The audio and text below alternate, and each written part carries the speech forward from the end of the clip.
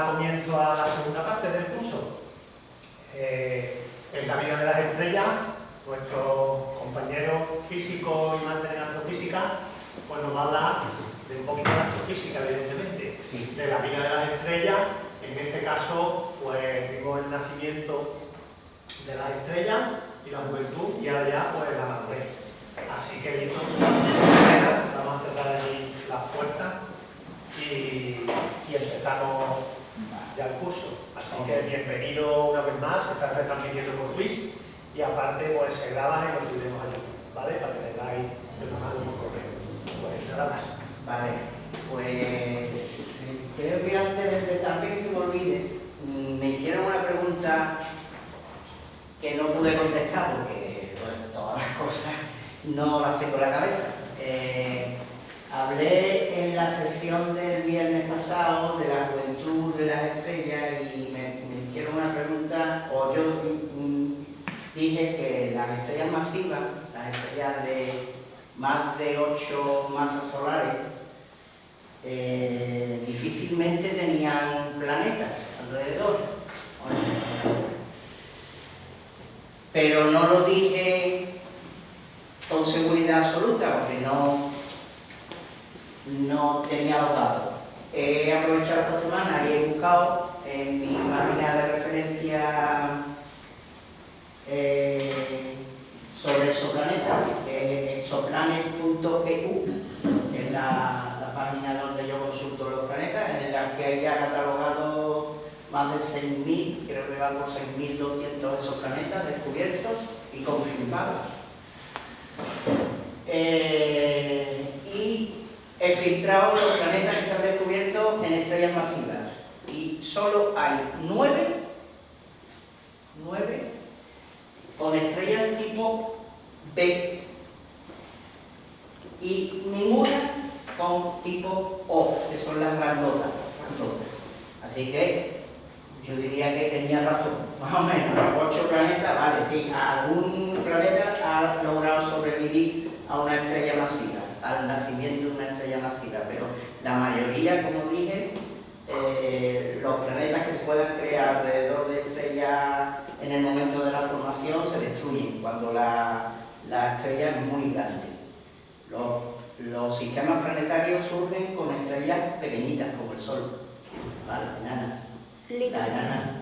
¿Un exoplaneta que es un planeta que orbita fuera del Sol? O sea, fuera No, fuera del Sol, solar. en otra estrella. Son planetas que giran alrededor de del otras Sol, estrellas. digo, fuera de nuestro sistema solar, me refiero. Sí. Vale. Esos son exoplanetas. Que llevamos, pues, el primero fue descubierto por los años 80, creo que fue, además muy raro porque gira alrededor de un pulsar. Y desde entonces ha sido una explosión y ya digo, vamos por cerca de 6.000 exoplanetas que sabemos que dan vueltas alrededor de otras estrellas, ¿no? Bueno, pues después del inciso y la aclaración, empezamos con esto de la vida estable o la madurez. No se puede comparar con la vida humana porque la juventud y el nacimiento de la estrella es un corto espacio de tiempo en la vida total de la estrella. Actualmente, pues, hasta llegar nosotros a la madurez, pues, son unos cuantos años más de la vida en proporción de las que tienen las estrellas. Y hay muertes que son muy lentas y también muertes que son muy rápidas. Así que no se puede hacer un paralelismo con la vida humana, es decir, nacimiento, juventud, vida madura y muerte, vejez y muerte, ¿no? Porque aquí en las estrellas la mayoría, aplastante mayoría del tiempo que tiene una estrella está en su vida estable.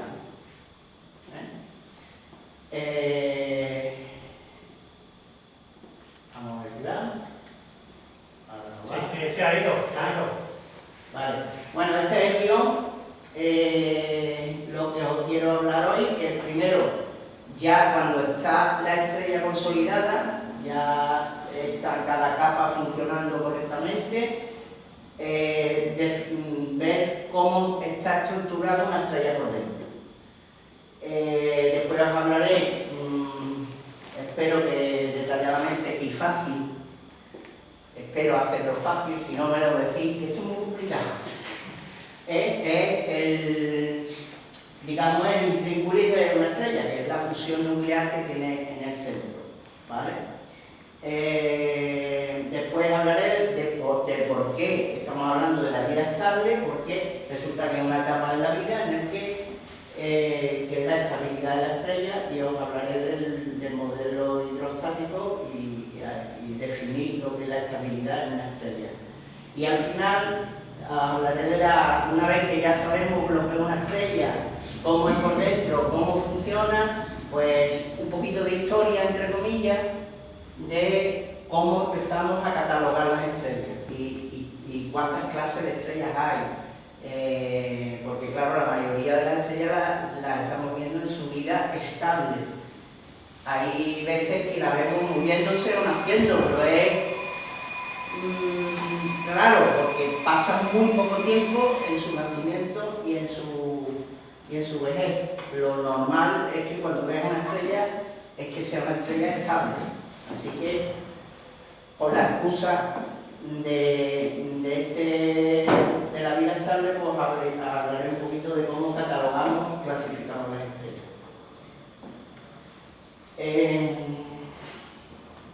Vale, tengo para adelante por acá.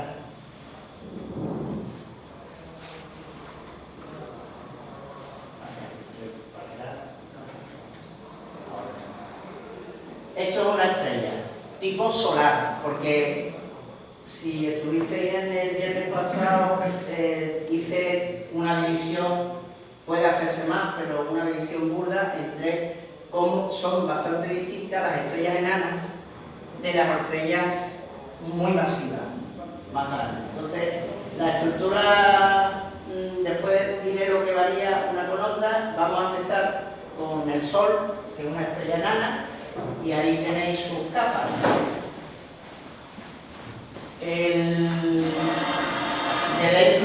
De dentro a fuera sería el núcleo, que es la madre del borrego, digamos, donde se cuece todo.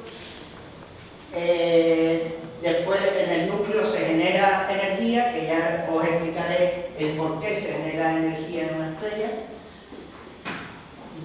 Por fuera, el Sol, por fuera del núcleo, tiene la zona radiativa, que se llama zona radiativa porque la energía se traslada en forma de radiación. Radiación es uno de los medios de transportar energía. Hay convección, radiación. Pues radiación es, por ejemplo, cuando tienes una estufa y te está echando calor y tú percibes, por ejemplo, pones la palma de la mano y percibes que se calienta la mano sin haber nada en medio, solo aire, ¿no? Esa es la radiación. Y en el espacio pasa igual. La luz pasa a través del vacío y es capaz de, por ejemplo, la luz del Sol llega a la Tierra y ya se transforma en calor una vez que llega a la Tierra, a la atmósfera, pero ha atravesado el espacio que hay entre el Sol y la Tierra por medio del vacío, sin problema ninguno. Así que esa parte de la estrella es la zona radiativa, en la que la temperatura se transmite por radiación. Después pasa a otra capa exterior, que es la zona convectiva. La zona convectiva es... la podéis notar, por ejemplo, cuando ponéis una cacerola con algo que se vea, porque el agua es transparente, tendrá que ser un líquido que se pueda ver cómo se mueve. El agua es difícil, pero bueno, si lo tintáis con algo o en un caldo estáis haciendo un caldito, o calentáis y podéis ver que antes de hervir hace como unos bucles, como veis ahí en la imagen, unos bucles en el que el calor se transmite de la zona donde se está irradiando a la zona más fría. Aquí se enfría, vuelve a bajar el líquido y se vuelve a calentar, y lo que hace es un ciclo cerrado, ¿vale? Y así se transporta el calor de unas zonas a otras. Esa es la convección, que pasa en la atmósfera, por ejemplo, o cuando se forman las nubes, bajo de agua. Es un fenómeno que se estudia mucho en física, ¿no? La convección. Por fuera de la capa de convección tenemos la fotosfera, que es lo que se ve de la estrella cuando se mira. La luz que viene de ahí, o cuando se hace una fotografía del Sol, lo que vemos es la fotosfera, no vemos por dentro, vemos solo la superficie. Y ahí pasan, pues, a fuerza de años estudiándolo, pues hemos visto que hay gránulos, que hay manchas solares, que hay... O sea, que tampoco la fotosfera es sosa, tiene cositas para estudiar. Pero es una capa muy finita. Además, es la que tiene la temperatura más baja de toda la estrella, la fotosfera. Porque resulta que, y ha sido una incógnita, y creo que sigue siendo, aunque ya hay alguna pista, la última capa, lo pongo allí como la corona solar es como sería el equivalente a la atmósfera de la Tierra, la atmósfera de la estrella. La atmósfera de la estrella es la corona. Pues resulta que cuando se midía la temperatura del Sol en la corona, pues resulta que es de entre 1 y 2 millones de grados. Y sin embargo la fotosfera tiene 5.700 grados. Como narices, una capa que está exterior es más caliente que la superficie. Pues eso ha sido una de las grandes incógnitas de la astrofísica solar o estelar en conjunto. El por qué las coronas tienen mayor temperatura. Y parece que la última sonda que se mandó, la sonda Parker, es la que se ha acercado más al Sol, hace las mediciones, ha dado un poquito de luz, pero tampoco encajan todavía las piezas. Parece que se llama efecto Allen, que son campos magnéticos que se acoplan con partículas que están saliendo y generan que se almacene mucho más calor en esa atmósfera. Es muy complicado. La física, hasta a mí me dio susto de leer el artículo, ¿vale?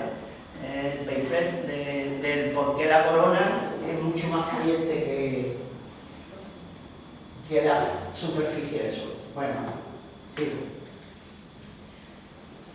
Vamos al núcleo, cómo funciona. Empezamos con... Ahí hay dos formulitas, no echarle mucha cuenta, ¿eh? ¿Vale? No echarle mucha cuenta. A ver si explicándola la entiendo. Es que es curioso y quiero que se entienda bien. En el núcleo hay dos fuerzas que están presentes ahí en el núcleo. Esta primera, que es, bueno, lo que hago es representarla en una representación gráfica donde pongo aquí el potencial de la fuerza y aquí el radio, o sea, la cantidad, la distancia al centro, ¿vale? Esto es muy pequeño, esto es a escala de partes del núcleo atómico, ¿vale? La fuerza que hay, la primera, es la electromagnética, que es porque el hidrógeno tiene un protón, carga positiva, y tiene al lado otro hidrógeno que es una carga positiva. Dos cargas del mismo signo se repelen, ¿no?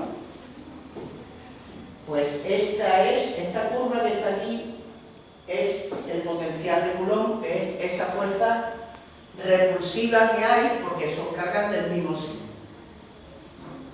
Todo lo que salga en la gráfica del eje hacia arriba son fuerzas de repulsión. Todo lo que es del eje hacia abajo son fuerzas de atracción. Resulta que no solo está la fuerza de Coulomb, sino está la fuerza nuclear, la que mantiene el núcleo, los protones y los neutrones juntos. Esa es la fuerza nuclear, que es la fuerza nuclear fuerte, residual, o que la descubrió un japonés, Yukawa, que es la que le dio la expresión matemática, que es esta. Olvidado, ¿vale? Lo es repulsivo hasta una distancia. Desde aquí hasta aquí es atractivo. Y aquí desaparece. Es muy raro. ¿Vale? Entonces, si sumamos los dos, porque las dos existen a la vez, nos da la curva continua que os he dibujado. Por cierto, si no tiene mucha calidad, lo he hecho yo, porque no he encontrado ninguna representación que me gustara de las dos fuerzas unidas, la he tenido que hacer yo, el dibujo. Entonces, el estado de mínima energía, o sea, atractivo, el máximo de atracción, está en torno a un femtómetro. Un femtómetro son 1 por 10 elevado a la menos 15 metros, que es precisamente el radio atómico, del núcleo atómico. Por eso el núcleo atómico está unido y es muy difícil romperlo, solo se rompe cuando es inestable por la radiactividad o cuando se le pega un buen pepinazo en una bomba nuclear, por ejemplo, o en un... Entonces sí. Entonces esta parte que es negativa es donde aquí se agrupan los núcleos. A partir de aquí vuelve a ser repulsiva y entonces si un átomo de hidrógeno quiere entrar donde hay otro, choca con esta barrera. Viene por aquí con esta energía, ¡plá! Y esto es una barrera al estilo sólida, ¿no? Entonces, bueno, cuánticamente aquí pasa algo muy raro, pero eso ya es una física más complicada. Esto es lo que le llaman, que no sé si lo habréis escuchado muchas veces, la barrera de Coulomb, que es que cuando tú intentas apretar un átomo con otro, no puedes, porque los núcleos se repelen porque llega a esta barrera. Entonces, ¿qué es lo que hace la estrella? Pues la estrella, o bien el hidrógeno que quiere juntarse con el otro, viene por aquí arriba y puede superar tranquilamente la barrera de Coulomb. Si viene con mucha energía, entra en el pozo y se une con otro. Eso es la fusión nuclear. Que hay dos átomos sueltos, dos protones sueltos y termina siendo dos protones dentro del mismo átomo. Forman helio. Que viene con baja energía, choca con la barrera de Coulomb y no pueden fusionarse. Entonces, por ejemplo, la barrera de Coulomb para el hidrógeno son 15 millones de grados. Si el hidrógeno no está apretado lo suficiente como para que su temperatura sea 15 millones de grados, no hay fusión nuclear. En cuanto supera los 15 millones de grados, ya va por aquí arriba y entra dentro y entonces se transforma. ¿Vale? En los grados no señala ninguna cosa de la fórmula. Esto es lo que pasa. Hay dos ciclos de reacciones nucleares en las estrellas. Este es el primero, que se llama ciclo protón-protón, para abreviarlo ciclo PP. Aquí veis lo que pasa. Llegan dos átomos de dos protones, chocan y se convierten en deuterio, que es un protón y un neutrón. Por aquí en el choque sale luz, ¿vale? Aquí este deuterio vuelve a chocar con otro y forma helio 3. Por aquí pasa lo mismo, dos hidrógenos hacen deuterio con otro protón hacen helio 3 y dos helio 3 chocan y sale helio 4 y otra vez dos protones sueltos. Estos dos protones vuelven otra vez a la cadena, ¿vale? Entonces, al final, ¿cuántos hidrógenos hay que se han cambiado? Pues 4. Porque dos han salido, aquí hay 6, han entrado 6, pero han vuelto a salir 2. Luego, al final, en la reacción nuclear es que 4 protones forman un átomo helio. ¿Vale? En medio pues hay rayos gamma y neutrinos. Eso para clases de física diré cada cosa lo que es. Vamos a... Este es uno de las cadenas. Hay variantes. Por ejemplo, aquí veis los tantos por ciento hasta que al final siempre veis son helio 4 lo que hay en los productos finales. Pero podéis ir en varios caminos. Aquí veis los porcentajes dentro de que está estudiado el camino más, digamos, más normal y algunos caminos raros que hay por ahí. Hay caminos raros que crean berilio, hay otro que está por aquí, boro, pero lo normal es que pase de protones a helio.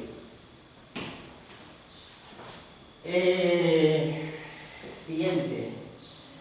Este es otro ciclo alternativo que se llama ciclo CNO y que como fue descubierto por un astrofísico alemán, se llamaba Hans Bethe, pues en su nombre también se le llama el ciclo de Bethe. Diferencias, pues que la estrella necesita tener estos compuestos previamente. Tiene que haber en la estrella carbono, nitrógeno y oxígeno. Si hay esos elementos, se forma esta cadena en la que entran protones y sale un helio 4. O sea que al final hace lo mismo, pero con más rebote, con más... dime. Esto de lo que has dicho antes, de que los átomos no se pueden chocar, o si has dicho, que entonces la fusión nuclear es el resultado de cuando 4 átomos diferentes se repelen, no lo sé. En el caso de las estrellas son 4, pero en otros casos, por ejemplo, la fusión nuclear que hicimos artificialmente cuando creamos la bomba de hidrógeno, pues la hicimos con otros compuestos, pero en las estrellas es el que hay, además es el que necesita menos energía, porque antes os he explicado lo que es la barrera de Coulomb. La barrera de Coulomb es una fuerza que aparece cuando tú intentas aproximar dos cargas del mismo signo, se repelen. El protón tiene solo una carga. Cuando quieras unir boro con boro, que boro tiene 4, o quieres unir dos átomos de carbono que tiene 6 protones, esa barrera es todavía más alta, necesitas más temperatura. Y podrás hacer fusión, pero si pones aquello a una temperatura brutal, pero brutal, ya lo veremos, porque eso pasa en la vejez de las estrellas, de algunas estrellas. Ya os voy adelantando cositas para que vengáis a la última sesión. La fusión nuclear que necesita menor temperatura es la del hidrógeno. Bueno, hay una variante que la expliqué al final del viernes pasado, que era la fusión del deuterio. La fusión del deuterio es un poquito más baja de temperatura, entonces es la primera que pone en marcha la estrella, que ya hablé, que es la última etapa de la juventud de una estrella, cuando quema el deuterio. Pero una vez que el deuterio se acaba, tienen que ya fusionar por narices hidrógeno.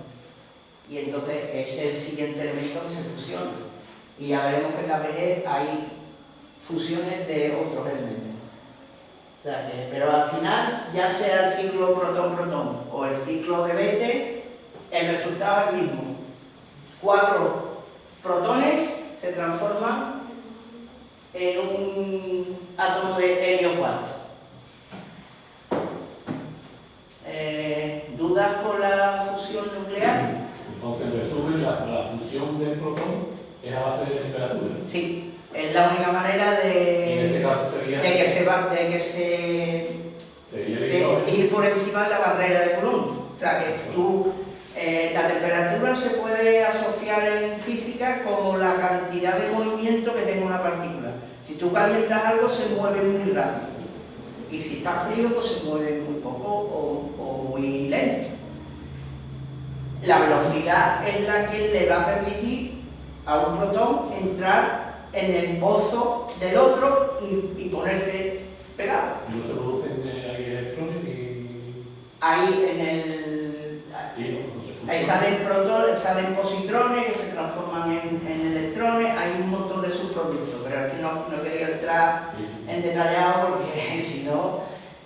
aquí hay, ¿ves? Neutrinos, la letra esta nu griega son neutrinos, esta gamma es un rayo, un fotón que va de alta energía, rayo gamma, que hay más, ¿no? Hay más subproductos, pero lo que nos interesa es digamos, el producto inicial y el final. Los subproductos, ahora hablaré de ellos.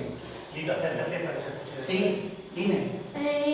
Los positrones no son antimateria. Sí. Entonces, ¿cómo se pueden transformar en materia? Pues chocando con materia. Un positrón choca con un electrón y salen dos fotones, por ejemplo. Vale.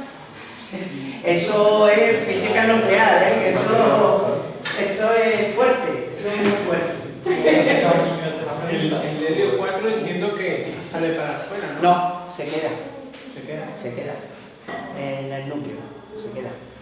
Lo que sale para afuera son los fotones, los rayos gamma, eso sí sale fuera, y los neutrinos, que los neutrinos han descubierto su física, ha sido muy complicado descubrirla, pero eran muy raros, son partículas que no interaccionan con la materia, que van cada Pedro por su casa, atraviesan, por ejemplo, hay un neutrino del Sol que me están atravesando, atraviesan la Tierra completa y salen por el otro lado, sin desviarse.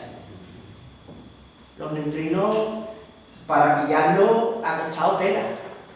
Ahora hay detectores de neutrinos que los más espectaculares, hay uno en China, en Japón, que es súper Kamiokande, que es una piscina enorme de agua pesada, de deuterio, en vez de agua con hidrógeno, agua con deuterio, y un montón de fotorreceptores muy complicados.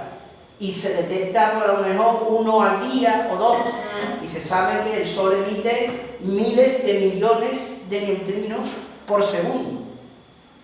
Y la mayoría pasa como Pedro por su casa por la materia. O sea, esos neutrinos, esos luz que se ven ahí, neutrinos electrónicos, esos ha costado la misma vida detectarlos. Pero es que se sabía teóricamente que tenía que haber algo más porque el balance de energía no salía. La energía se conserva. Y entonces, en esas reacciones, los físicos hacemos cuenta y dijimos, ostras, que ahí se ha perdido energía. Pues tiene que salir alguna partícula que no vemos, pero que lleva esta energía, porque si no, no cuadra. Y al final, con esa hipótesis, se han descubierto los neutrinos. Lo que pasa es que sabemos prácticamente casi nada de ello. Bueno, ¿alguna pregunta más? Esto es lo más difícil, ¿eh? Bueno, comparado, esto es una gráfica que compara esos dos tipos de fusión nuclear, con el ciclo protón-protón y el ciclo de CNO, el ciclo de Bethe. La raya verde es el ciclo protón-protón y la roja el CNO. El Sol tiene 15 millones de grados, esta es la escala de temperatura, entonces 15 por 10 elevado a 6, 15 millones de grados.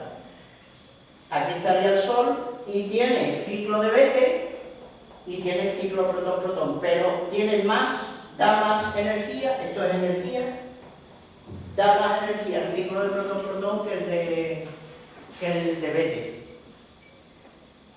En estrellas muy masivas, más grandes que el Sol, veis esta curva que tiene más pendiente, cuando hay más temperatura en el núcleo, es mayoritariamente la energía está hecha por este ciclo, que es con el protón-protón, que veis que con la temperatura se va tendiendo a ser una horizontal. Entonces, cuando la temperatura, la estrella es muy grande y tiene el núcleo muy caliente, mayoritariamente lo que hace es fusión nuclear por ciclo de Petri. Y el ciclo protón-protón es residual. Aquí en el Sol es al contrario. El principal es el protón-protón y el otro aporta energía, pero no tanto. Este lo hablaremos en la tercera entrega. Más matemáticas, pero estos son cuentas, no hay fórmula. ¿Por qué las estrellas dan luz y energía? ¿Por qué? Pues esto es una cuentecita. Yo sé la masa de un protón. Es esto, 1,007276 unidades de masa atómica. Mido lo que tiene de masa un helio 4, que es 4,0026. Si yo hago la resta de 4 protones, que es el inicio de la reacción, yo entro con 4 protones y salgo con un helio 4. Si hago la resta, me sale positiva, no me sale 0. Si metemos esta diferencia de energía en la ecuación famosa de Einstein, E igual a mc2, o sea, la energía es igual a la masa por la velocidad de la luz al cuadrado, nos sale que la energía que desprende la fusión nuclear es 10 elevado a la menos 12 julios partido por átomo. Por cada 4 átomos de hidrógeno sale esta cantidad de energía. Para que lo entendáis mejor, ¿cuánto da el Sol? Pues da 6 por 10 elevado a 14, que es una brutalidad. 10 elevado a 14 son 100 billones con B. Billones. 6 billones de julios por cada kilo de hidrógeno. Eso es una burrada de energía. Esa energía es la que hace que veamos el Sol ahora y que lleguen fotones aquí y que nos caliente. Bueno, ha habido un enero que no nos ha calentado apenas, pero bueno, esa energía que viene, que si Einstein no hubiera descubierto la ley de la equivalencia entre la masa y la energía, no sabríamos cómo funciona la fusión nuclear, el por qué la fusión nuclear desprende calor y luz. Así que ahí tenéis las cuentas. Los números son secundarios, lo que quiero es que os deis cuenta. ¿De dónde sale ese excedente? Pues, muy buena pregunta, porque me lo he comido por papá, lo tenía que explicar, pero no. Para eso está esta gráfica. Esta gráfica es la energía que tienen los átomos cuando están agrupados. Entonces, el hidrógeno, como es solo uno, no está agrupado por nada, tiene 0. El deuterio ya está con un neutrón, ya ha subido. Entonces, aquí sube la energía. Esto se llama, esta gráfica es el defecto de masa. O sea que algo, un protón suelto, pesa más que un protón metido en una bola de protones. Porque la bola de protones, para que esté junta, hay una fuerza, que es la fuerza nuclear fuerte, residual, que los atrapa. En ese pozo de potencial que he puesto yo en la gráfica, por caer ahí, tiene menos energía. Y por lo tanto, los átomos, el helio 4 no es 4 veces 2 protones más 2 neutrones, no. Es un poquito menos. Porque parte de esa energía se gasta, digamos, en apelotonar. Entonces, claro, cuando salen las cuentas estas, por esto, ¿veis? Si un protón metido en un helio 4 es dividir esto entre 4 y sale 1,002. Bueno, 2 entre 4 sería otro 0 más, pesa menos. Aquí hay un 7. O sea que un protón metido dentro de un helio 4 pesa menos que un protón suelto. Eso se le llama energía de ligadura. ¿Qué pasa en la energía de ligadura? Que empieza a crecer muy rápido. ¿Veis que los primeros átomos crecen muy rápido? Después se frena un poquito y el que está más alto de todo es el hierro. El hierro es el elemento químico que tiene más, que atrapa mejor sus nucleones, sus partículas. A partir del hierro empieza a decaer, pero mucho más lento. Esto, el hierro, será clave también en la vejez de las estrellas. Y yo ya os doy otro caramelito más para que me escuchéis en la vejez de las estrellas. Por eso salen esas cuentas, pues, y eso es la energía de ligadura que tiene el núcleo. Más o menos entendido, yo no quiero, más o menos. No quiero, o sea, que decir que lo entendáis a la primera, a mí me costó también en la carrera entenderlo, pero bueno, ¿vale? Diferencias entre una estrella tipo solar y una estrella gigante azul, por ejemplo, una tipo B o tipo O. ¿Veis? Las capas están invertidas. Del núcleo estábamos, cuando puse el corte del Sol, el núcleo está aquí en el centro, tiene una zona radiativa que está señalada por estas rayitas y por fuera tiene la zona convectiva. En las estrellas gigantonas es al contrario. El núcleo está aquí, detrás del núcleo hay una zona convectiva y la última capa de una estrella gigante es una zona radiativa.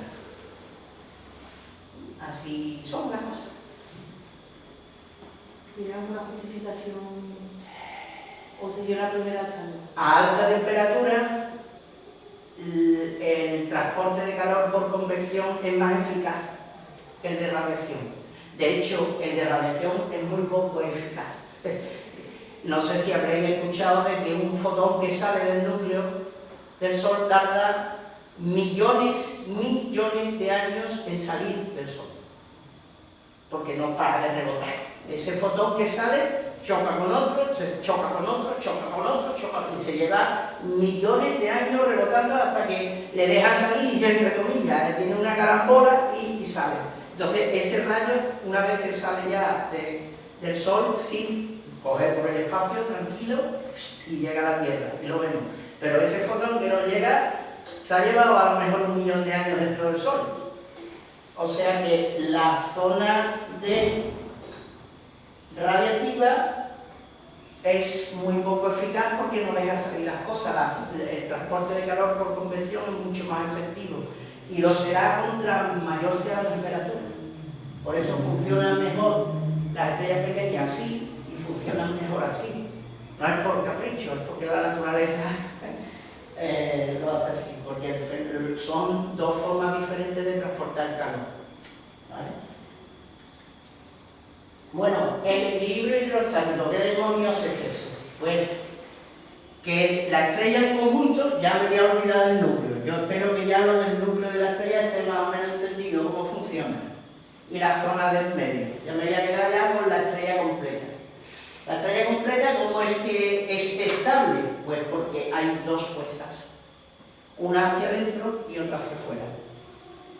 La de fuera, la hemos explicado ya, son los fotones y los neutrinos, que también hacen fuerza, porque salen millones. No es que uno haga fuerza, sino que son muchos.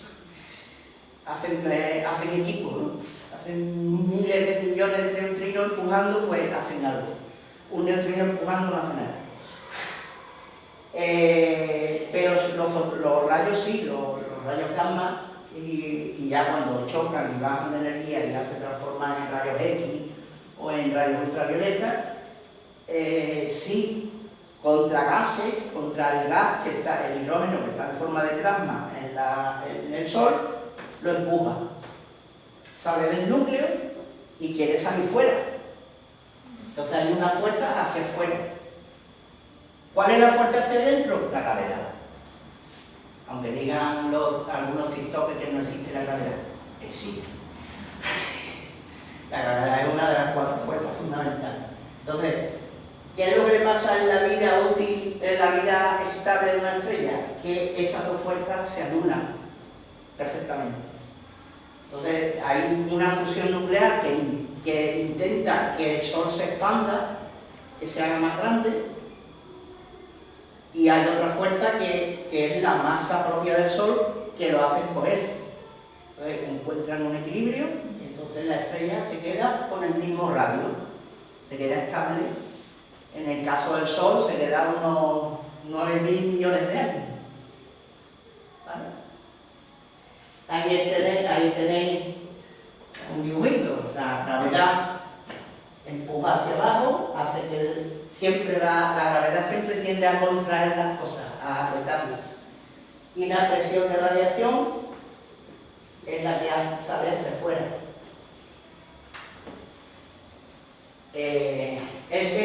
Cuando están las 2 fuerzas equilibradas, se llama equilibrio hidrostático. Lo de hidrostático es porque se estudia en una rama de física que se llama la hidrostática. No es porque no tiene mayor... ¿Vale? Seguimos. Esto está adelante. ¿Cuánto dura un equilibrio hidrostático? O sea, ¿cuánto tiempo va a estar el Sol estable, sin hacernos cosas raras? Pues hay una fórmula que te dice que es la energía que desprende partido por la luminosidad que tiene. ¿Vale? La energía que desprende, como los ciclos, salvo un salto que hay cuando ya empieza a ser la estrella grande y el mayoritario es el ciclo de Bethe, que hay un salto de energía aquí, esto cambia poco en las estrellas, lo que cambia es la luminosidad. Entonces depende de la luminosidad, de lo brillante que sea una estrella, eso es el tiempo que va a durar. Te lo dice, el tiempo es la energía partido por la luminosidad. Entonces, una enana roja que tiene, por ejemplo, una masa de 1/10 de masa solar, como esta luminosidad es muy baja, su tiempo es muy grande. Vive mucho tiempo. ¿Cuánto? Pues 10 billones con B de años. Billones, ¿eh? Una estrella que sea chiquitita, la 10ª parte de la masa del Sol. ¿El Sol cuánto va a durar? Pues 10.000 millones de años.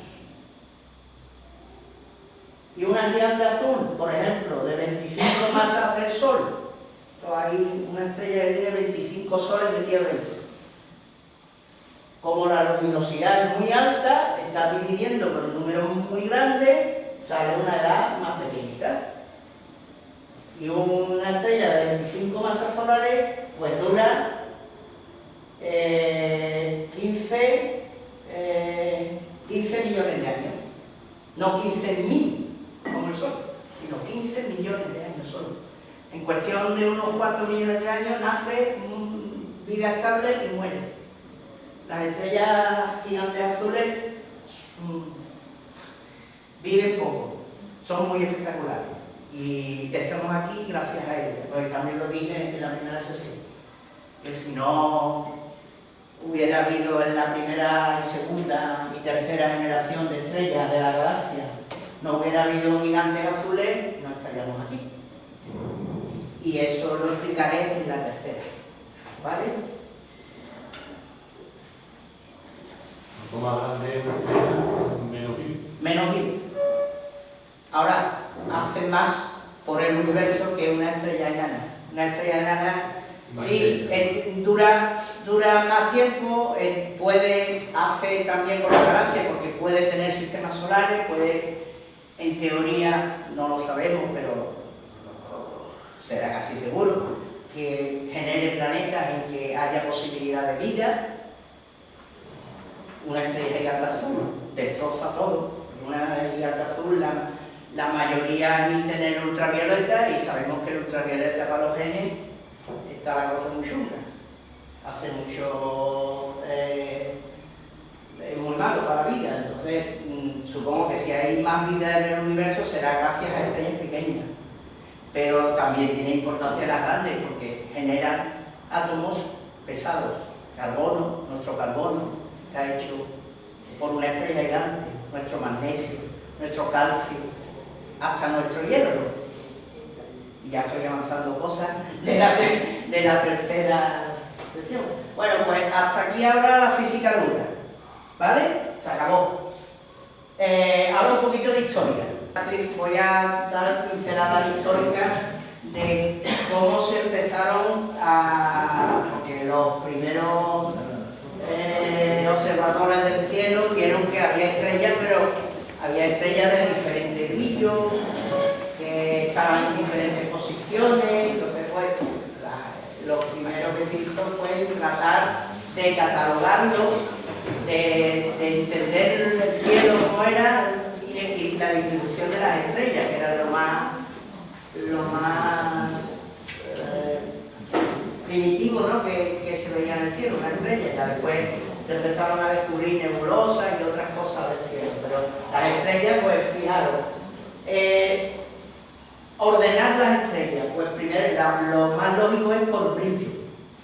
¿Cuánta cantidad de luz nos daba cada estrella? Y vemos que eran diferentes, entonces hicieron los catálogos por brillo. El primero fue el Hipparco de Nicea en el siglo II a.C. y catalogó 850 estrellas. Fue un esfuerzo para la época y, hombre, también tendría cielos mejores que nosotros. En el siglo II a.C. el cielo estaría negro de verdad, no como ahora, ¿vale? Entonces, por ejemplo, lo más importante que hizo Hipparco fue la división que hizo del brillo de las estrellas en 6, lo dividió en 6 secciones, que llamó magnitudes. Y de hecho, todavía los astrónomos tenemos esa división. Todas las estrellas visibles a simple vista la agrupamos en 6 grupos. Le ponemos la que tiene magnitud 1, o sea, 0, 1, 2, 3, 4, 5 y 6. Que es una estrella más débil de 6, ya no se ve con el ojo humano. Ya necesita un instrumento óptico, ya sea un prismático, un telescopio. Entonces, Hipparco fue el de la idea de dividir el brillo de las estrellas en 6 unidades, que le llamamos magnitudes. Magnitudes visuales. Ya hablaremos de otras magnitudes. El siguiente, que pues Claudio Ptolomeo no solo los agrupó por brillo, sino que los agrupó por forma. Empezó a ver dibujos en el cielo, formas. Fue el inventor de las constelaciones. Troceó el cielo en zonas donde parecía que las estrellas formaban una figura. Y le dio nombre, y también, claro, por la imaginación que tenía, pues le pusieron historia, de ahí está la mitología. Ese fue Claudio Ptolomeo. El cielo se completó con el tercero que pongo aquí, que es Nicolás Louis de Lacaille, en el siglo XVIII, porque hasta ese siglo no se bajó al hemisferio sur. Todas las civilizaciones antiguas estaban en el hemisferio norte. Como mucho había alguna que se internaba en el Ecuador y veía alguna constelación rara del hemisferio sur, pero muy bajita y no se veía bien. Entonces el cielo se completó de verdad, toda la esfera celeste se cartografió ya a partir del siglo XVIII. Y Y las constelaciones del hemisferio sur, que no tenían nombre dado por Ptolomeo, pues se los dio Lacaille. O sea, por ejemplo, la mosca, el telescopio, el octante, el sextante, el pez dorado, el tucán, todo eso son nombres de Lacaille. Si os fijáis, son objetos que se vivían nuevos en aquella época. Claro. La conquista de, digamos, de En el- América o los viajes, o casi todos eran elementos de navegación o animales nuevos. En el hemisferio norte pues, tenemos toda la mitología, que si Perseo, Pegaso, Zeus disfrazado de cisne, Zeus no sé qué, son de griegos, que eran los que observaban el cielo. Las del hemisferio sur pues son, como dice Agustín, o instrumentos de navegación o instrumentos tecnológicos, el octante, el telescopio, el microscopio, o animales raros que no se veían en el hemisferio norte, el tucán, el pez dorado, hay varios animales más, pero pues eso, que con Lacaille se terminó de cartografiar el cielo, todo a simple vista. Bueno, ya en el siglo XVIII ya se ponía telescopio, pero bueno. El último catálogo y más completo, sin ayuda, digamos, de campañas observacionales fuertes, ni muchos telescopios muy grandes, lo hizo Johann Bayer. Allá también por el siglo, yo creo que es del XIX ya. Y ya le puso una nomenclatura, como ya había muchísimas estrellas, había que nombrarlas correctamente. Entonces se le ocurrió dividirlas por constelaciones, ya que estaban hechas las constelaciones, y ordenarlas en cada constelación por brillo y ponerles las letras del alfabeto griego. Entonces la más brillante de cada constelación es la alfa, la segunda es la beta, la tercera es la gamma, así. Hay alguna que se trastocó, ¿vale? Por ejemplo, Orión, Alfa Orioni es más débil que Beta Orioni, por ejemplo. Pero bueno, eso es faquito, ¿vale? Así, por brillo exclusivamente, ese fue, digamos, la historia, ¿no?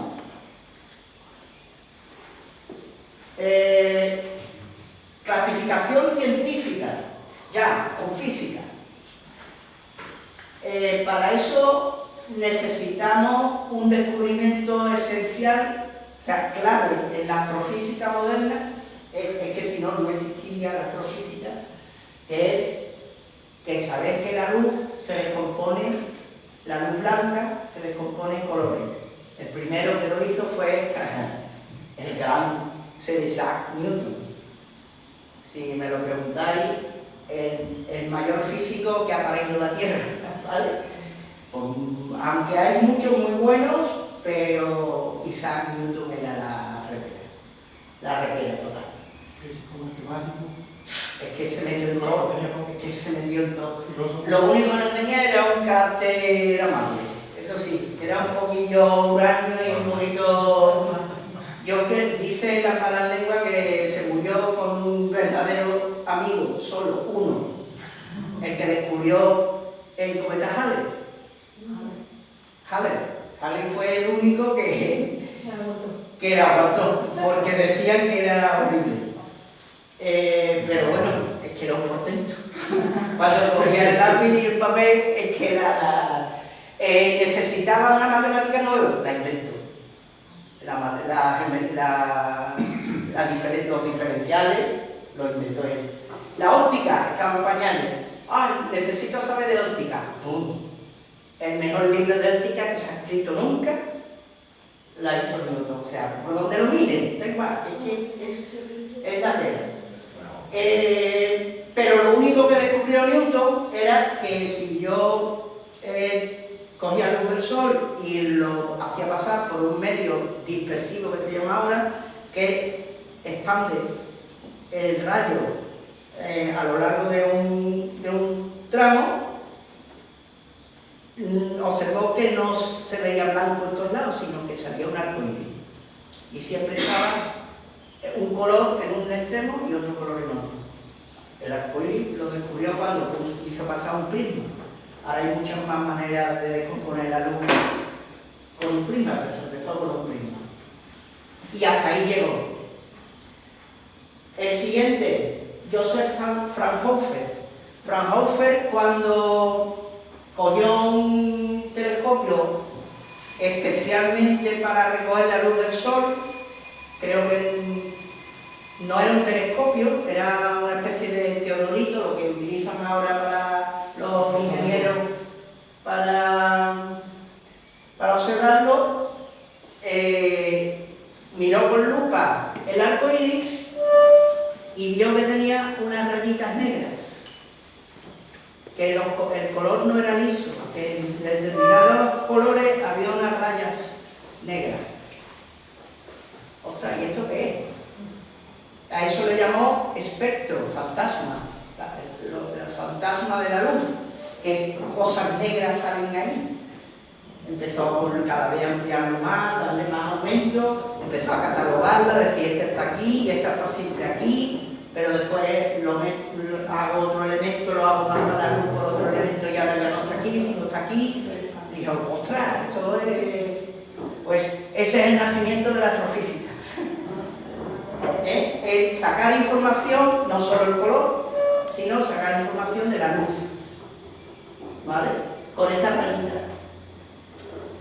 Entramos, que después daremos 2 o 3 y un vídeo, 2 o 3 diapositivas y un vídeo a los que les adoro, ¿no? a un grupo de mujeres, entre ellas estas dos, Wilhelmina Fleming y Annie Cannon, que ya es más, tienen más que ver con el tema que estamos viendo.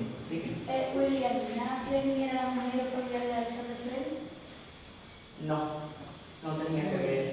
Era familia de Henry Draper, que era otro que hizo un catálogo estelar, pero que yo sepa no tiene nada que ver con el descubridor de la Fleming. Vale, pues Wilhelmina Fleming empezó a ver, comparó veía el espectro que se había descubierto por Fraunhofer de varias estrellas, hacía que aislar el resto de la luz y nada más que dejaba pasar la luz de la estrella en cuestión y variaba la estrella. Y vio que las rayitas eran distintas, estaban en distintas posiciones. Y dijo, y empezó a clasificarlas por su espectro. La clasificación se le ocurrió a ella alfabética. A, B, C, D, E, F, G. Después de Fraunhofer. Sí, no sé cuánto se lleva una cosa por otra, no he puesto la fecha, porque si no era, para mí es información. Yo quiero llevar el orden, pero no dar los datos, si yo eso buscarlo, eso está en internet. Pero en principio hizo ordenadas según el alfabeto. Pero su compañera, que trabajaba muchos años juntas, Annie Cannon, se vio que esa primera división de Wilhelmina no le gustó demasiado. Digo, yo creo que es mejor otra. Y hizo esa división, que ya no es en orden alfabético, pero quiso guardar las divisiones de su compañera, los grupos. Lo que hizo fue cambiarla de orden. Esto no lo tenemos que saber todos los astrofísicos. Para eso hay reglas mnemotécnicas. Por ejemplo, otros buenos astrónomos fueron Galileo, Kepler y Messier. Por ejemplo. O en inglés, O be a fine girl, ¿ok? Kiss me. Sé un buen chico o chica, para no ser políticamente correcto. Sea una buena chica, bésame, sea un buen chico y bésame, ¿no? Eso en inglés. Para nosotros lo hemos buscado una regla mnemotécnica para los dos astrónomos, que otros buenos astrónomos fueron Galileo, Kepler y Messier. Hablaré más profundamente en la siguiente diapositiva, sobre todo del grupo que se formó con estas dos gigantes de la astronomía. Y el que tenemos ahora, el definitivo, y que sí se sigue trabajando con él, es obra de estos dos, de William Wilson Morgan y Philip Charles Keenan. El sistema MK de Morgan-Keenan, ¿vale? Que es otra revisión más de la definitiva de Cannon. O sea que en realidad seguimos trabajando con la división que hizo Annie Cannon. ¿Vale? Ahora, con fotos reales, no con animación, os he puesto, pues aquí están las computadoras de Harvard. Algunas las he podido identificar y le he puesto nombre. Esta es Mary Canyon, que está mirando espectro con la lupa. Aquí está Wilhelmina Fleming y aquí Antonio Mauri, que también hizo bastante. Voy a ir rapidito. Esta es una foto de grupo de bastante después. A ver, tengo por aquí. Esta es del 1891. 20 años. Y la siguiente, esta foto de grupo es de 1913. Aquí está todavía en Cannon, pero hay ya una siguiente generación. Se calcula, se ha investigado en los anales de Harvard y dice que fueron en el departamento de Pickering, se contrataron cerca de 300 al cabo de esos 30 años de trabajo que hicieron. Fueron 30 años, no es mucho, pero es que lo que descubrieron ellas, unas más sobresalientes y otras aportando menos, pero todas dando el callo, ¿no? Y todas mujeres. Aquí las dos últimas que no salen en la foto esta del grupo grande, que es Henrietta Swan-Levy con Emilian. Henrietta Swan-Levy es la descubridora de las variables cefeidas. Las variables cefeidas son estrellas que varían de brillo y con una fórmula que sacó ella se mide la distancia del universo, o sea, las distancias en el universo. O sea que esta es otra gigantesca. Y Cecilia Payne, que era más astrofísica, fue más teórica y es lo que la dedicaba el vídeo, ¿no? Que es la que descubrió que el elemento primordial de las estrellas era el hidrógeno, y no era que había amancio, había magnesio, había de todo lo demás, pero que las estrellas estaban compuestas casi todo por hidrógeno y helio. Esta es alguna de sus contribuciones. Wilhelmina Fleming descubrió la nebulosa cabeza de caballo, famosa. Colaboró en el catálogo HD, que es Henry Duchmuster, que me perdonen quien sepa alemán, porque no lo sé, HD, y también, como dije, fue la autora de la división alfabética de los espectros. Henrietta descubrió el periodo de luminosidad de la cefeida. Antonio Mauri, creador de la subdivisión de las clases espectrales, fue la autora de decir, oye, pues dos estrellas de la tipo G, por ejemplo, se varían, pues voy a poner un subgrupo de 10, desde la G0, G1, G2, G3, G4, y hizo una subdivisión más fina todavía de los espectros. Emilian Canyon, que ordenó realmente, sin saberlo, que era una escala de temperatura, como dice el vídeo, esas letras de Wilhelmina Fleming ya por su orden, digamos, correcto, y Cecilia Payne, que fue casi todos los documentales hablando de Cecilia. descubrió el sistema, era una clasificación de temperatura. ¿Cómo es el sistema actual, el que trabajamos ahora, catalogando estrellas? El sistema Morgan-Keenan mantenemos la parte central de la división de Rieta, de Beni, O, B, A, F, G, K, M. Le hemos añadido una estrella todavía más grande y más caliente que la O, que es la W, que es una estrella Wolf-Rayet, lobo rayado. Por cierto, el lobo rayado es un astrónomo cordobés que trabaja en Australia, eso. Y hizo un tesis doctoral sobre este tipo de estrellas, son muy chulas. Nombre ahora mismo Rafael. Vale. Y estas últimas, detrás de la M, más frías que la M, porque este es el orden de temperatura, esta era la más caliente en tiempos de Annie. Esta se sabe que tiene mayor temperatura superficial, y estas tres, que ya no son estrellas, sino son enanas marrones. Y también en el espectro, pero no en el infrarrojo, también tiene sus líneas y se puede meter en la clasificación. Entonces se han añadido la L, T e Y, que son las estrellas más frías conocidas.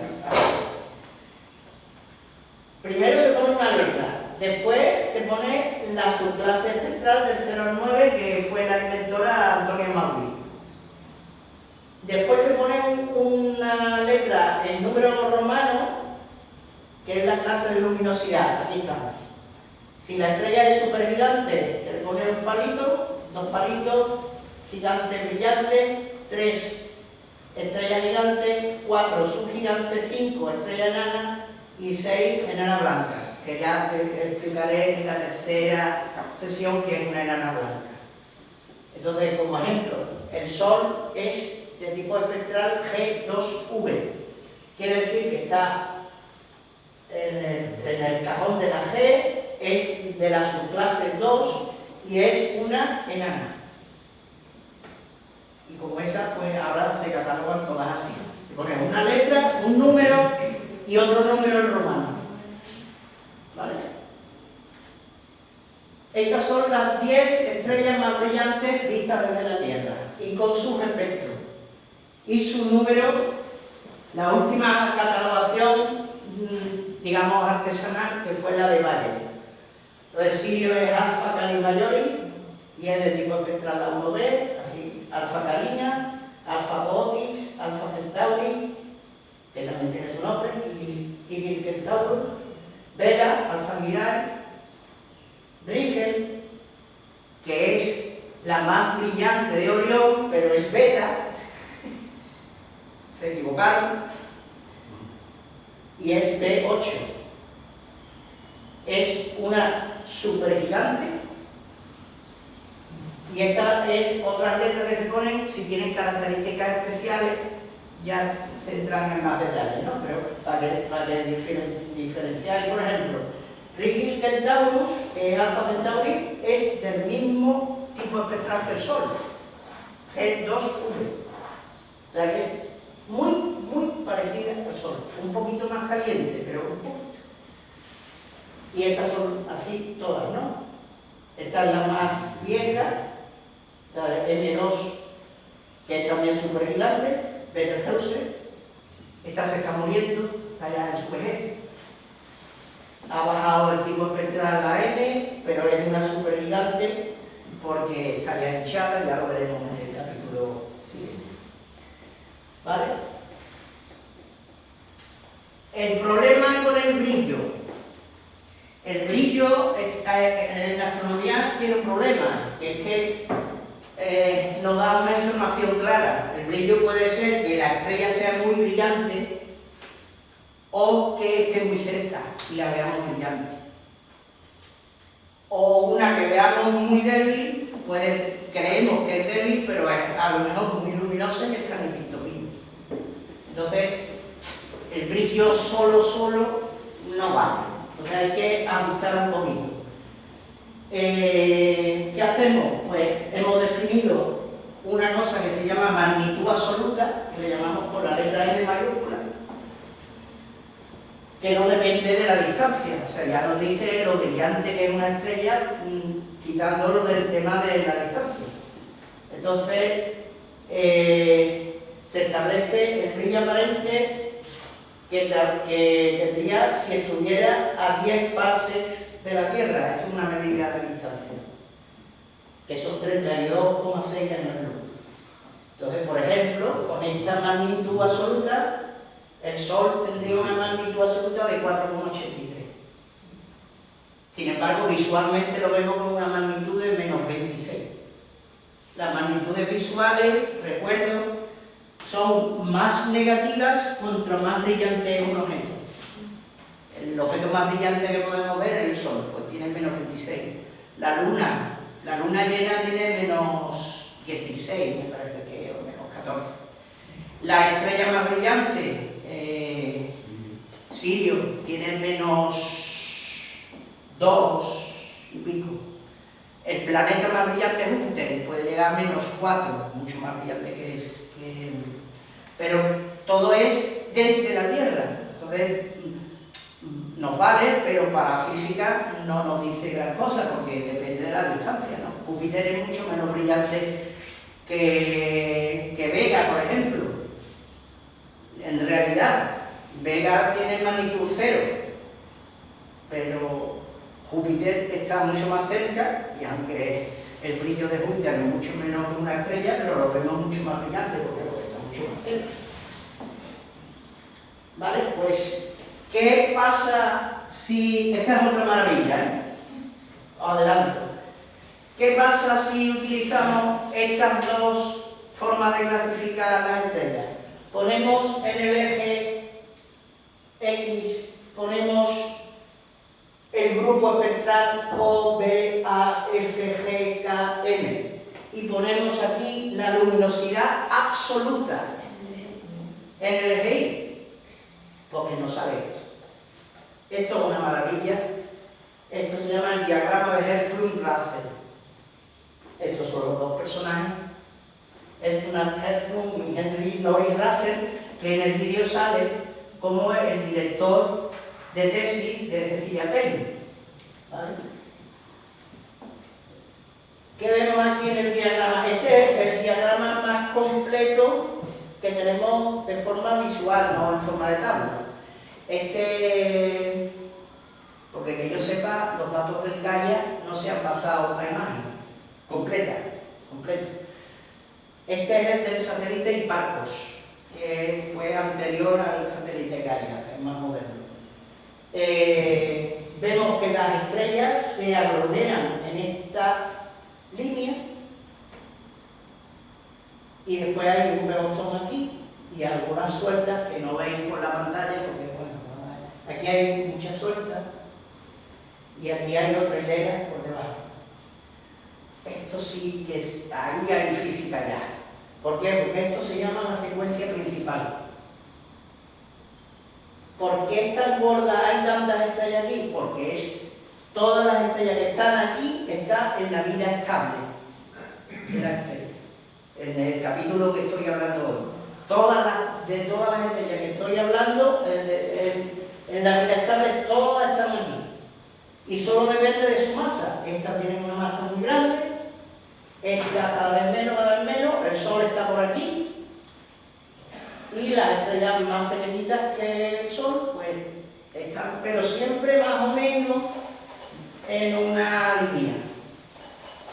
Este tipo de estrellas lo veremos en el capítulo 3.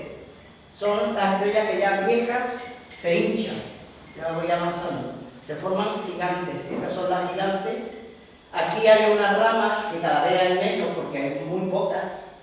Son las gigantes brillantes, aquí están las supergigantes, tipo A y tipo B. O sea que, y estas son cada vez de estrellas, que veremos también en el último grupo. Esto, sabiendo interpretar este diagrama, sabe mucha astrofísica. Y es gracias a estos dos investigadores.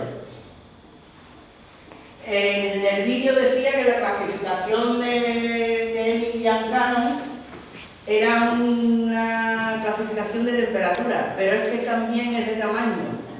Fijaros, los tamaños medios que tienen cada grupo central. Nosotros somos G. Cuidado, el Sol es como una G. Imaginaros una O, como ese grande. Rigel es una O, por ejemplo, en Orión. O algunas de las Pléyades también son tipo O, son enormes, enormes. Y además brillan en el azul. Lo de que una cosa está caliente porque se ve roja no es muy físico, ¿eh? Las cosas todavía más calientes que el rojo se ponen blancas y terminan siendo azules.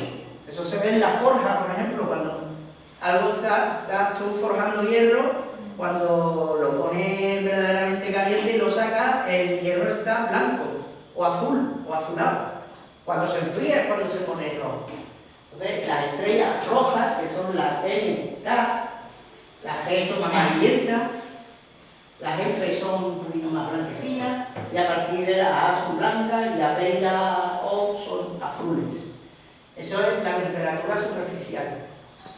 Hay O que tienen centenares de 30.000, 40.000, 50.000 grados Kelvin. El Sol tiene 5.700. ¿Vale?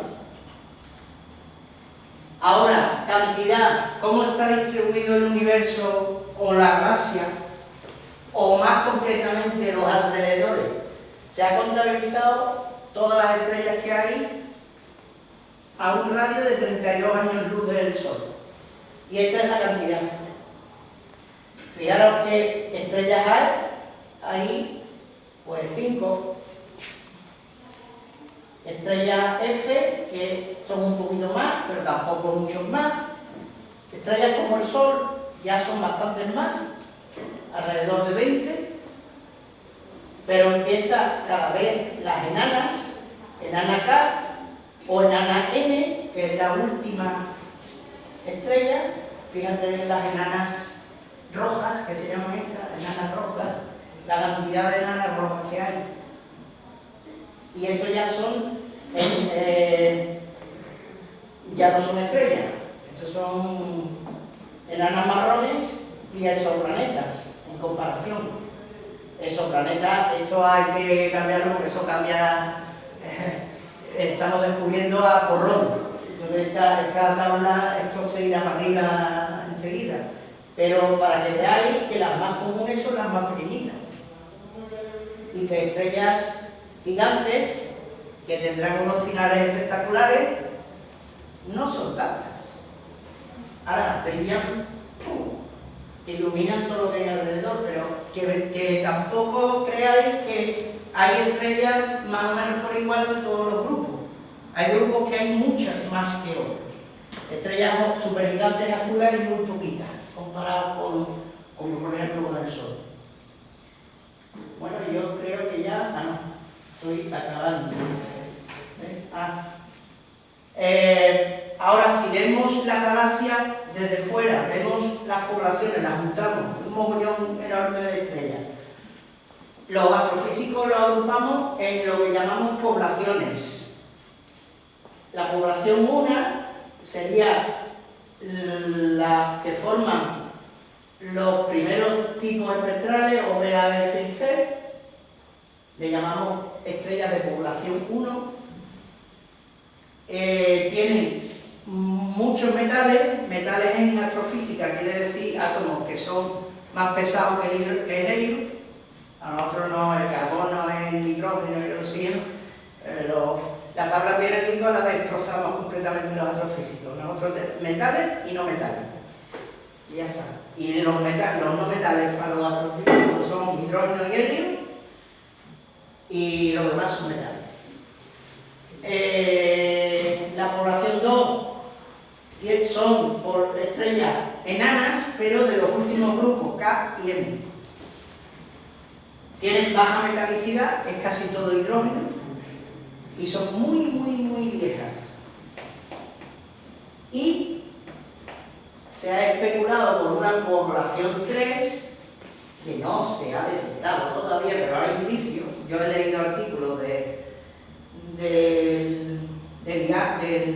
Instituto Astrofísico de Canarias, de una investigadora que ha encontrado una posible nube molecular de donde nacen las estrellas en una galaxia que está en el quinto pino, que se llama la galaxia IZW18, en el que parece por el espectro que no coincide con ninguna de las que conocemos, entonces puede ser de población 3. Las de población 3 son estrellas muy grandes, de vida muy corta y metalicidad 0, o sea, no tienen elementos más pesados que el helio. No tienen carbono, no tienen litio, no tienen nitrógeno, no tienen oxígeno. Ahora todas las estrellas sí tienen, aunque sea en pequeña proporción, como decía el documental, hay calcio, hay magnesio, pero es porque son de generaciones siguientes. Pues la población 3 sería la primera generación que hubo en el universo de estrellas.